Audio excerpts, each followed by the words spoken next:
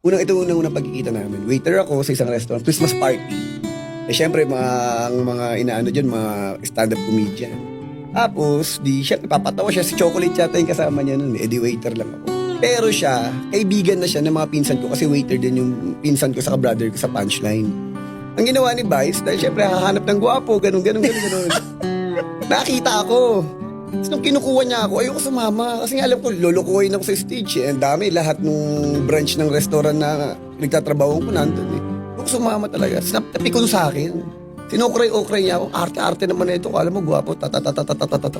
Siyempre, nung inaano niya ako, batang kali ako. Sabi ko, banatang kaya baklang to. Ganun talaga yung gigil na gigil talaga ako sa kanya nun. Kasi hindi naman kami close. Alam ko kaibigan siya ng pinsan ko, pwede kami close. Gigil na gigil ako, gusto kong banatan. Tapos pati pa sa stage, inaano pa rin niya ako, di niya ako tinatantana. Ganun pa rin siya ng ganun. Then after that, nakita kami ng pinsan ko. Sabi ko, kuya, pagsabihan mo yung tropa mo ha. Sabi ko, ganyan. Sabi ko, gugulpihin ko yung baklang yan.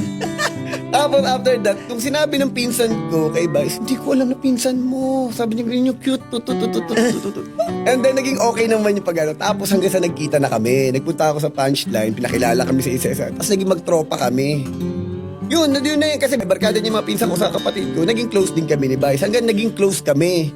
Tapos, inaaurahan niya yung kaklase ko. Kasi may barkada ako eh. Nagpapakit siya doon, ganun. Hanggang sa yun, tapos nung naging artista na ako, nagsimula na ako mag-indie, kapag may mga pelikula ako, that time nauna kasi ako sa kanya eh.